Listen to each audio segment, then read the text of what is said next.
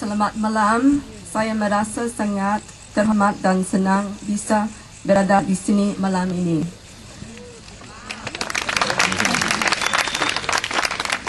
First I will read from a short poem.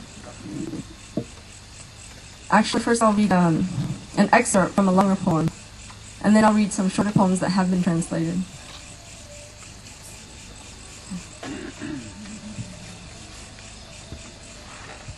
Sandflies and Fish is a prose poem written in the voice of a beggar woman. So this is just a short excerpt. I take a glass of the expiring sun, sipping it. Cambodia's terse mountains to my right, the Gulf of Thailand in front of me. The border police in their rumpled uniforms are still as backdrop characters. The hot sun mats their hair down in neat sweat lines. A white gull pecks at black sand. The sand is so black you think you're close to hell. I wait for the sun to come down on the sea, nausea for it. In the evenings, the national Vietnamese news blares from loudspeakers. World slow motions, fire's haze, sky's blood draining over boneless ocean. Even if I describe detail by detail to you, the whole would escape you. How can you see the southern edge of the continent? What would that matter? Or the black sand grading into the blueness of the sea, or the vigilant Cambodian mountains? What would it matter if I told you ships dock in front of my window? That when not in my room, I wander through villages eating dirt, whatever I can beg. It happens to a woman. These things happen. These accidents. I watch my stomach bloat with the seed of a man who was a shadow. I pick at the salt crop gleaming in evening light and steal whatever I can to sell in the markets. The land's lungs are strong. It fills my baby's ears with its tenor. This edge of the world is a knife. The motorcycle taxi drivers wait humped. Clocks on the dock, that dulled look for a customer. Everything an illusion of another. Salt fields glisten from ocean light. There's so much light here you could die from it. Bamboo houses stilted on black sand. Houses so close they share the same reflection on the water. Pepper fields like black eggs dry in the sun. Here I became pregnant and had my first child. His fingers learned to quicken at the touch of sand. He let fish swim in and out of his lungs and bloodstream. The ocean and sky, one medium to him. He walked in both. One day, I let him go too far, and the black waves came down and took him.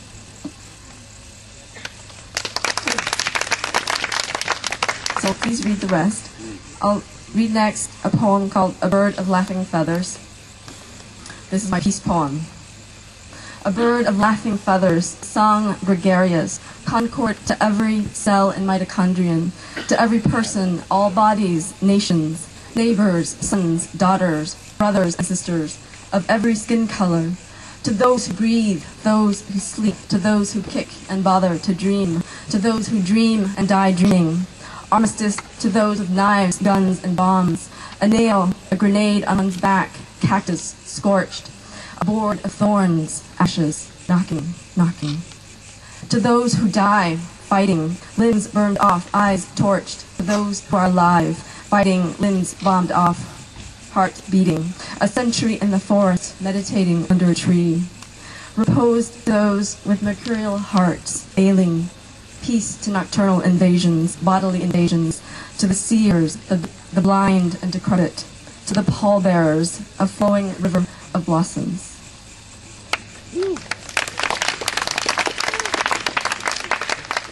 Thank you. And the next set of poems are love poems to food, and I hope I don't get a purgatory for reading these, or having thought of them or read of them. But since I'm a Buddhist, we don't believe in purgatory, so it's probably okay. Love poem to tofu. Every day I open you up with a knife, slice you in half, boil, eat you.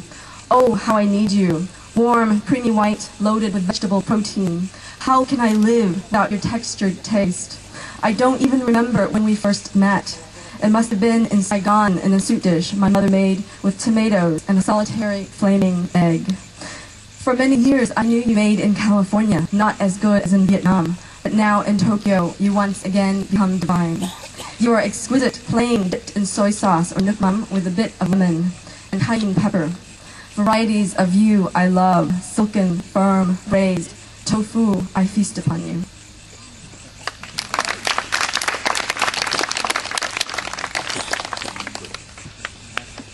Love poem to red chili peppers. Your red hot tongue slips into my mouth, sometimes unknowingly. You explode with each bite, all your diversions and fireworks, your petulant sting. I can't adequately extol you, for you are a paradox. Your unassuming tongue brings terror to most people, to me, brings ecstasy. Where did you receive all your powers? Perhaps from the ubiquitous sun you pack in her rays. I'm in love with your arias, penetrating deeply, clearing me up for other pleasures. I'd like to dedicate the next few poems to Joe, my partner and love of my life. Love poem to spinach. Your vulgar name is spinach, but your glorious Latinate name is Spinacia oleracea of the goosefruit family. Your large, dark green, juicy, edible leaves are beacons sending tremors through my body. Am I masochistic, loving you that most hate? I took to liking you immediately, then the love came later, stronger. I find you absolutely necessary, your stalks and leaves full of iron. You're luscious, sweet, divine. You empower anyone who eats you. Close to original glory is how I want you. Love poem to Cafe au lait. You wake me up every morning with your creaminess and smooth talking body, brown and supple muscles, dexterous, inviting.